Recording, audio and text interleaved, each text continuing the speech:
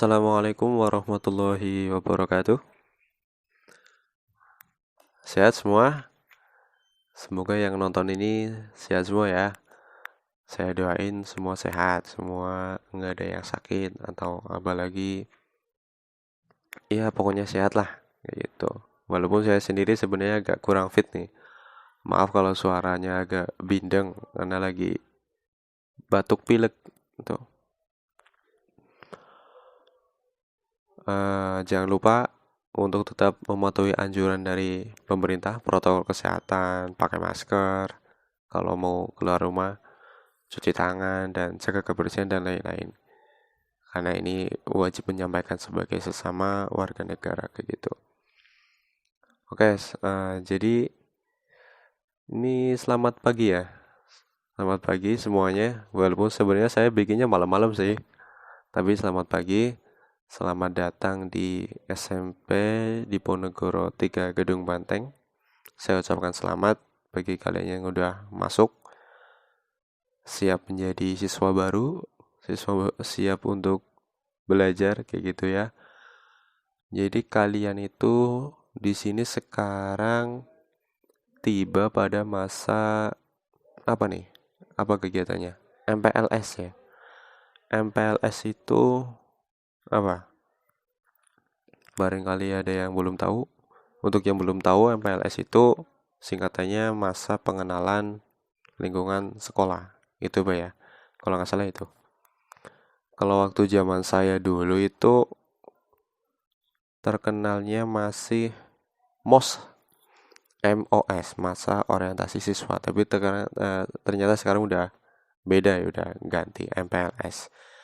Jadi MPLS itu kegiatan di mana kalian sebagai siswa baru itu kegiatan awal adalah untuk mengenal sekolah, mengenal lingkungan, mengenal tempat kalian belajar gitu kan. Kan mungkin kalian dari SD nih atau dari MI atau dari sekolah sebelumnya terus mau belajar di rumah yang baru nih kan. Tentu harus kenal dong, harus paham dong situasi, tempat dan sebagainya kayak gimana. Maka sekolah itu mengadakan MPLS, masa pengenalan, supaya kalian tuh nanti kenal, oh gedungnya apa aja sih, oh programnya di sekolah ini apa aja sih, jadi WC-nya di mana sih, barangkali kebelet nggak tahu, atau masjidnya di mana kayak gitu, untuk mengenal situasi dan kondisi sekolah kayak gitu. Nah, ini nggak usah kenalan ya, nanti kalian kenal sendiri kok sama saya, nggak apa-apa. Materi saya itu pembinaan mental keagamaan ya. Tapi kayaknya karena mungkin guru-guru yang lain udah banyak kasih materi, kalau saya mau cerita aja lah. Tapi nanti tetap dirangkum ya. Ya dirangkum sedapatnya aja nggak apa-apa. Pembinaan mental keagamaan. Saya mau cerita aja, cerita pengalaman saya, cerita masa kecil saya. Kayak gini. Jadi saya tuh lahir di tahun 97. 97-an ya. Waktu itu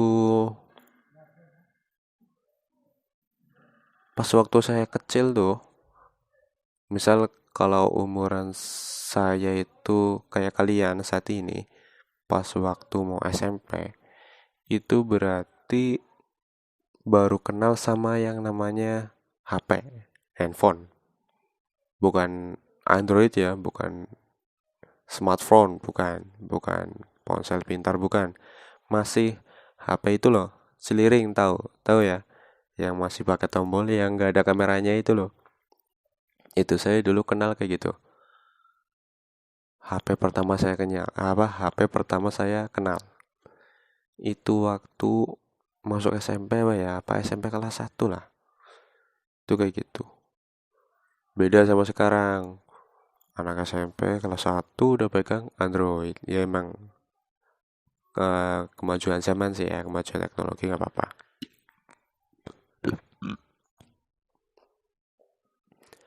Jadi ini nanti ada kaitannya sama pembinaan mental keagamaan. Diperhatiin aja. Apa-apa. Santai aja kok.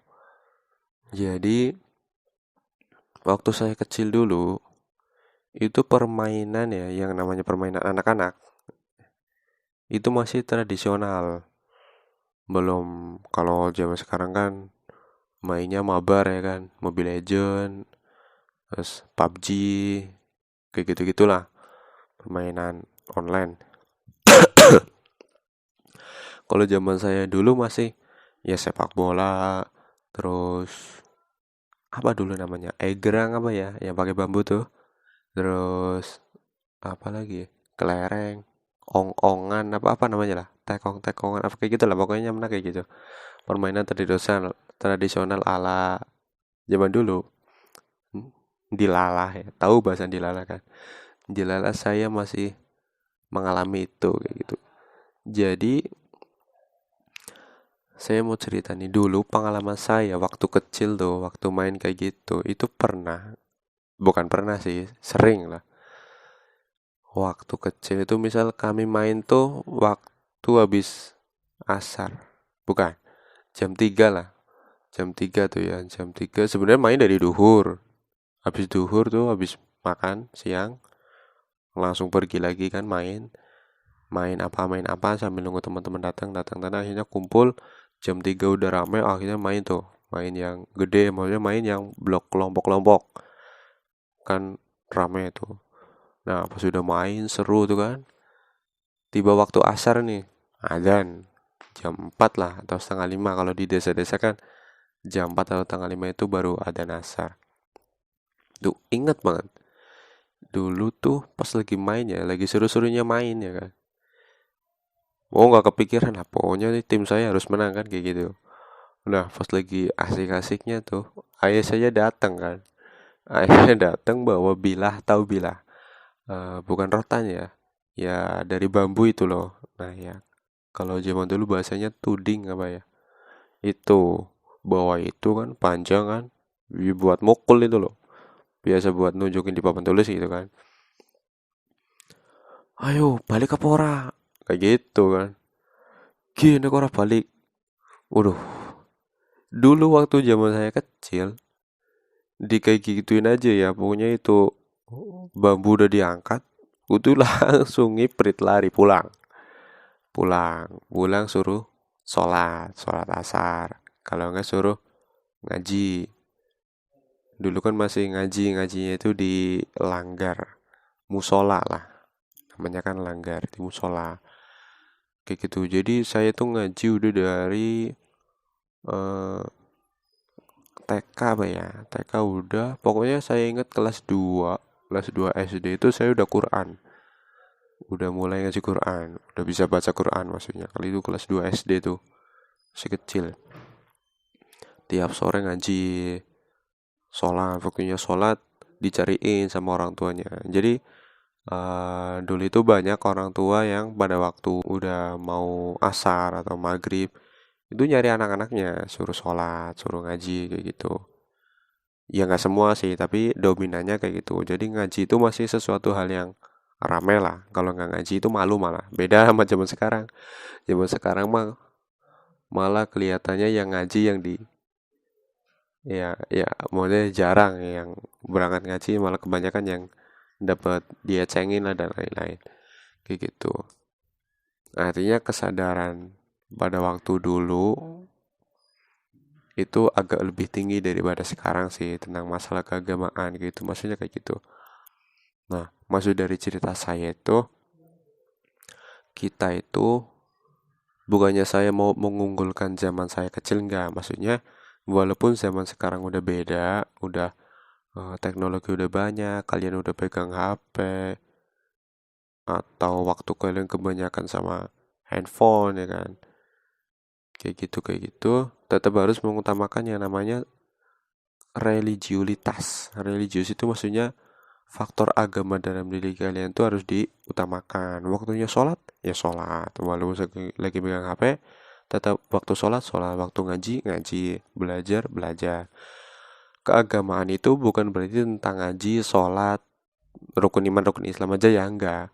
Maksudnya tentang belajar matematika pun atau belajar mata pelajaran apa itu pun masuk dalam ranah keagamaan kayak gitu. Artinya kita itu HP itu, handphone itu kan milik kita tuh.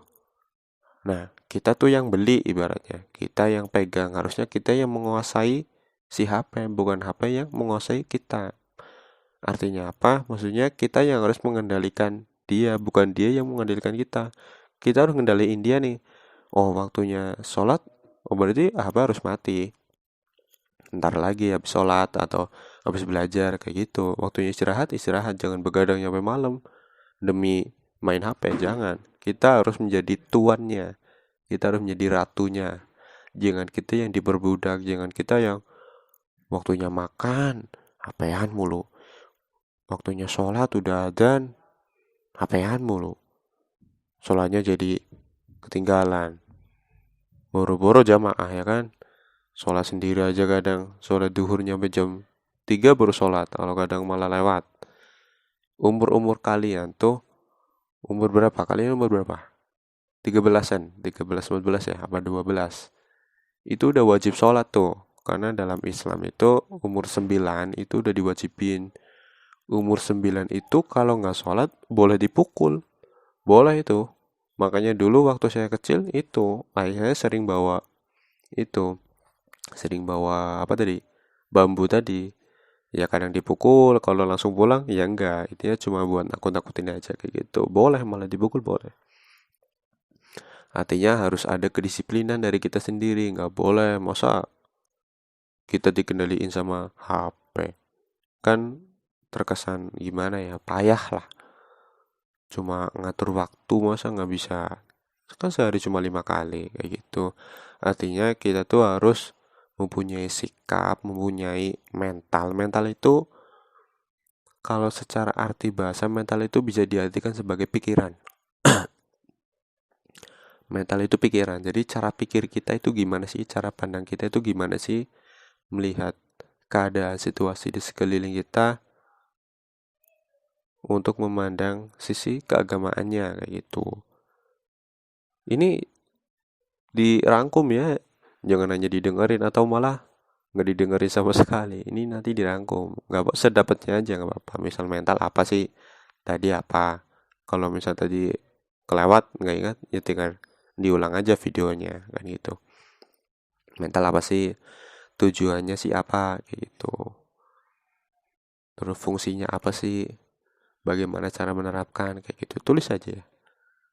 Cara menerapkannya itu tadi kita harus bisa mengendalikan atau memandang sesuatu keadaan dengan sisi keagamaannya, sisi religius. Kita harus pandai-pandai memanfaatkan waktu, memanfaatkan apa yang kita punya kayak gitu. Waktunya sholat, sholat. Waktunya belajar, belajar. Waktunya ngaji, ngaji. Gitu. Waktunya bantu orang tua, ya bantu orang tua. Kan kasihan, masa 1 hari full kita nggak ada bantuin orang tua sedikit pun. Harus bantuin. Bantuan orang tua itu nggak harus misal bawain apa atau ngangkatin apa, enggak.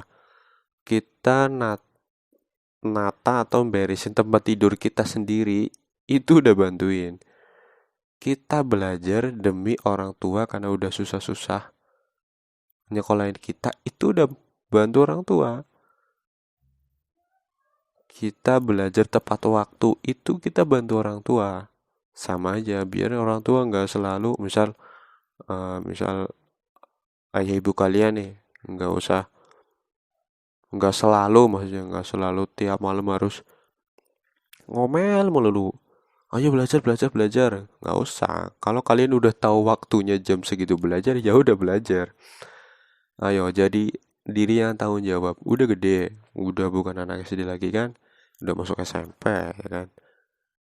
Anak SMP zaman sekarang sama zaman dulu kan beda. Zaman dulu zaman saya cupu-cupu. Zaman sekarang kan udah keren-keren. Makanya pemikirannya pun harus keren, harus bisa bermanfaat untuk sesama, harus bisa mengendalikan diri kita sendiri. Kayak gitu, paham ya? Itu aja sih kayaknya, nggak usah banyak-banyak. Ini juga udah berapa menit? 14, 15 ya. Ya kayak gitu aja lah. Ntar dirangkum, kalau udah dirangkum ntar diapain, di foto ya, dikirimin. Udah kayak gitu aja. Sekian dari saya. Nggak usah kenalan lah, ntar juga kenal sendiri. Kalau suaranya agak nggak jelas, saya minta maaf.